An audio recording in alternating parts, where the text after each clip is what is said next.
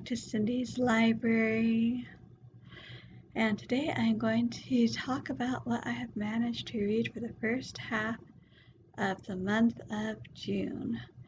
So, first off, I did a lot of reading for the paper I am working for Myth Moon. I don't think I ever put the link down, so I will try to remember to include that link for anyone who is at all interested. But this included the first 4 Crestomancy books by Diana Wynne Jones. So that is Charmed Life, The Many Lives of Christopher Chant, Witch Week, and The Magicians of Caprona. And so there are 2 other books in the series, so I will talk about them when I get to them. The first 2 books, though, really set up the idea of Crestomancy, which is really a position, a title. You see, there are many dimensions. Think of it like the multiverse a bit. You have a world where there is a war, and side A can win the war or side B can win the war, but both cannot be true at once. And so the world split off from each other, and in one world side A won, and in the other world side B won, and on and on and on. There are 12 series basically grouped around language. That is what I remember. And within the series, except for series 11, which is another matter, you have a number of different related worlds. And so our world happens to be, I think we are series 12A, the one that did not develop any magic. And world, or series 12B, that is the world where the 2 Crestomancy we really get to know are from. That is the world that seems to house the Crestomancy, so to speak. The Crestomancy is the one basically in charge of policing magic across all worlds, all series. And so he has to be an enchanter of amazing power and abilities. Specifically, he has to be a 9-lived enchanter. And so in the first book, we follow Cat as he and his sister, they become orphans, and thanks to his sister Gwendolyn's abilities, they get the attention of Crestomancy and are invited to live at Crestomancy Palace with his family, his assistants, etc., and so forth. It's very different from what they imagine. Book 2 is all about Christopher Chant, who's especially good at slipping off to different worlds. No wonder, since little does he know he's a 9-lived enchanter. And how he is discovered and comes to Crestomancy Castle himself about 30 years earlier. And then Witch Week and the Magicians of Caprona. Witch Week is a different world that has some problems, and the students in the school uh, are not helping matters at all because they are manifesting magical abilities left and right in a world that forbids magical abilities. They burn witches and wizards, and this is not like Harry Potter, where you can just do a spell to protect you from the flames like that. So very dangerous, and will only say that it needs the intervention of Crestomancy to help solve. And which week is in Crestomancy's world in Caprona. It is, magic has been dwindling in the city in spite of the fact that there are two very famous magic houses there who they have forgotten why, but they hate each other and have for a good long while now. And so, with magic draining and fighting between the houses, things go from bad to worse. And once again, Crestomancy is needed to help save the day. Very interesting. Very interesting. And adults don't always come off very well in these stories. Although, to be fair, the main kids, and yes, all the main characters are kids, at least in these 4 books, don't always come off that well either. So, a very interesting series, and Diana Wynne Jones is an amazing writer. Amazing world building. Not surprising considering she studied under Tolkien. So, but her stories are all, there are a few that might be considered more YA, but most of her stories would be considered more middle grade. But she takes children seriously, so, but that's not surprising. That's what she did in Howl's Moving Castle as well, along with having fun turning certain conventions upside down from fantasy. So, yeah, I would probably read these in the order that they were published. So I would probably start with Charmed Life and move on from there if you have any interest in that. And the second series that I read was the Prydain Chronicles by Lloyd Alexander. Lloyd Alexander, American author, although when he was a young man he served in World War II and was sent over to England and was sent over to Wales for a bit, probably for some sort of training, I would imagine. Anyway, while he was there, fell in love with the Welsh countryside. And so he got inspired to start studying a bit of Welsh mythology. And so Prydain is not an exact copy of Wales, no, nor are the mythological elements that he adds to his to Prydain. They don't all exactly match up with Welsh mythology. For example, Elrond, he is the Lord of Death, which actually is in Welsh mythology, but he is just as bad as that would imply in the Prydain Chronicles. He's a bit more of an ambiguous figure in Welsh mythology, so that is one example how it is not an exact translation.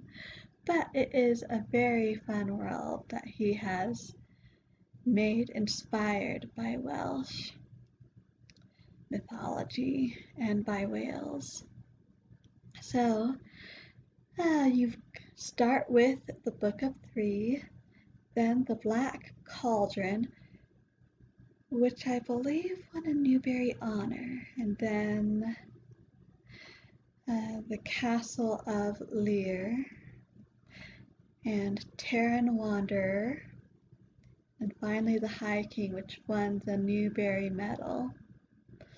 And I also listened to The Foundling, which is a collection of short stories set in Prydain, which is charming because you have a bit more information about some of our heroes like Fflewddur Fflam and Cole and Dalben, and how he was raised by the three witches. That's not quite right. They're hags, but they can also be beautiful damsels. And others like that. But the main story starts with Terran. He is an orphan being raised by the farmer Cole and the wizard Dalben, Caer Dalben.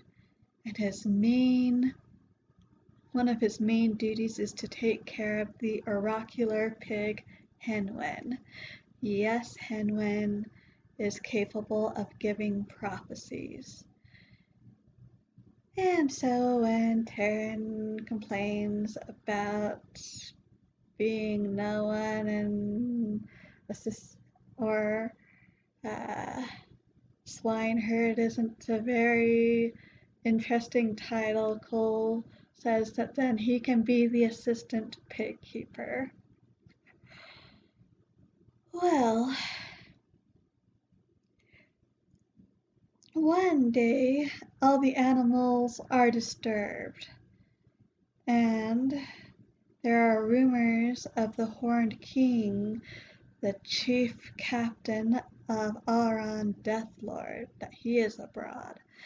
And so Dalben wants to consult Henwen.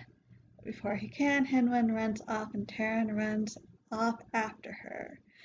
And thus he gets what he wanted, though maybe not exactly in the way he thought, his first adventure.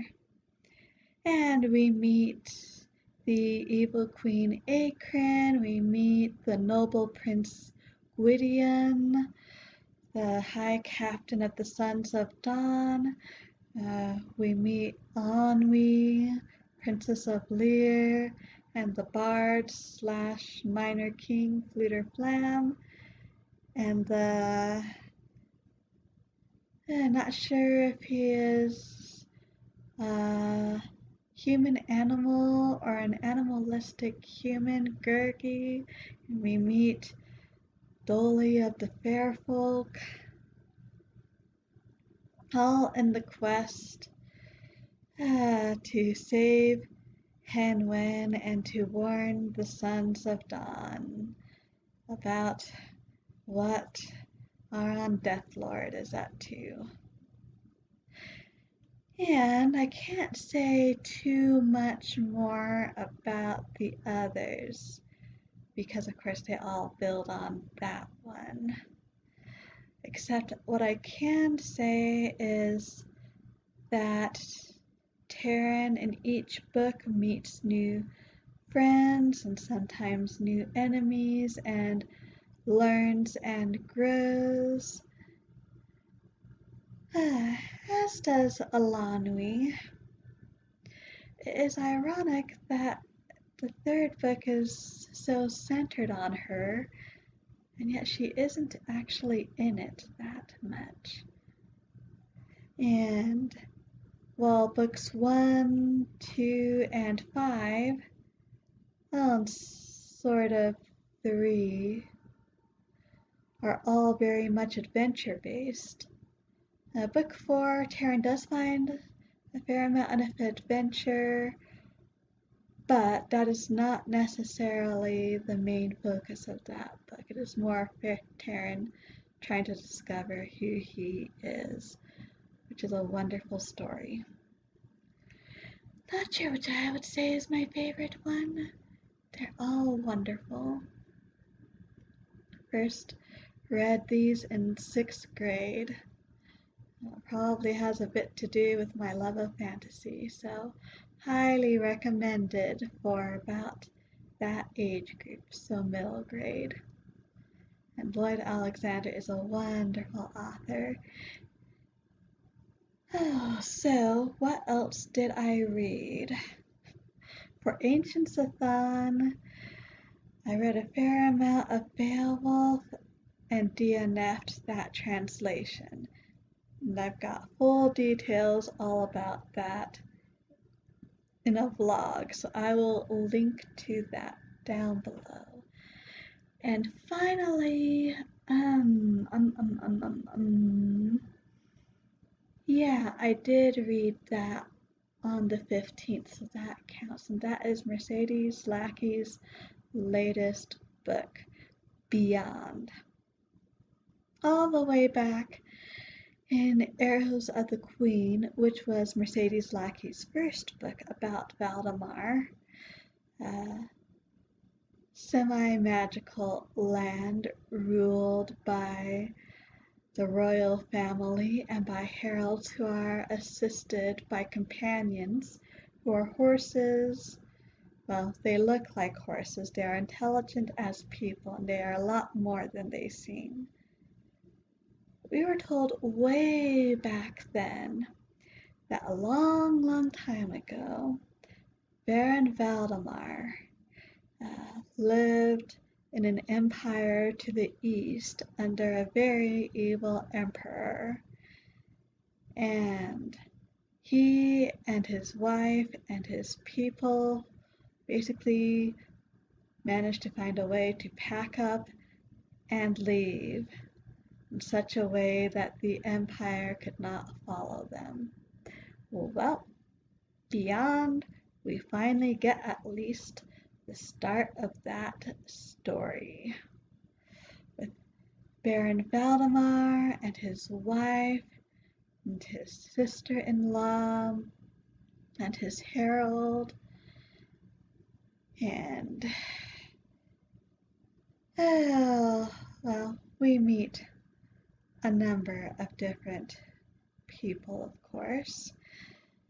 Well, Valdemar has two advantages in outwitting the Emperor. One is that the Dukedom of Valdemar is pretty tiny. In fact, it's surprising that it actually merits having a duke, which is what he is at the beginning of the story. So, it's so tiny, not worth bothering a lot about. The other point is that Valdemar has encouraged the perception that he is a country bumpkin who really only cares about breeding his horses, at which he is brilliant. And so there's no reason for the Emperor to bother about him unless he wants fancy horses. Well, and trying to lead the empire is something that has been, this is the third generation that they have been working on it. And I can tell you that yes, they do find a way to start actually implementing their plan, but I can't tell you anything else because that would be spoilers. But I will also say that we are also given more than enough descriptions of life in the empire, things that have happened to people, things they have heard about, things they have seen, things they have actually experienced. And we actually at one point see the empire Oh, working in all its nastiness. Actually, in several ways we see that. And so we are quite easily convinced as to why Duke Valdemar would want to leave the Empire. Oh, Mercedes Lackey, she generally isn't what one could call graphic, but the Empire is truly nasty, and we are told about that, and so there are possibly a few sensitive spots content-wise as far as that goes, but still it's fun to see Baron Valdemar outwitting the Empire. He is a great character, and so are the side characters, his wife, his sister-in-law. Oh, seemed like there are a few others. Most of it's Baron Valdemar, though, or Duke Valdemar, I should say. Oh, anyway, for fans of Valdemar, if you were ever wondering for the full story of how Valdemar ever began, you now have it. And it is the type of story that I could easily see several more books following this, explaining further how the country we all know and love as Valdemar is set up. So, let me see, I do believe that is everything that I have completed at this point. So we will leave it at that. So, thank you so much for stopping by Cindy's Library. I truly appreciate it. Oh, love to hear how your reading this month is going so far.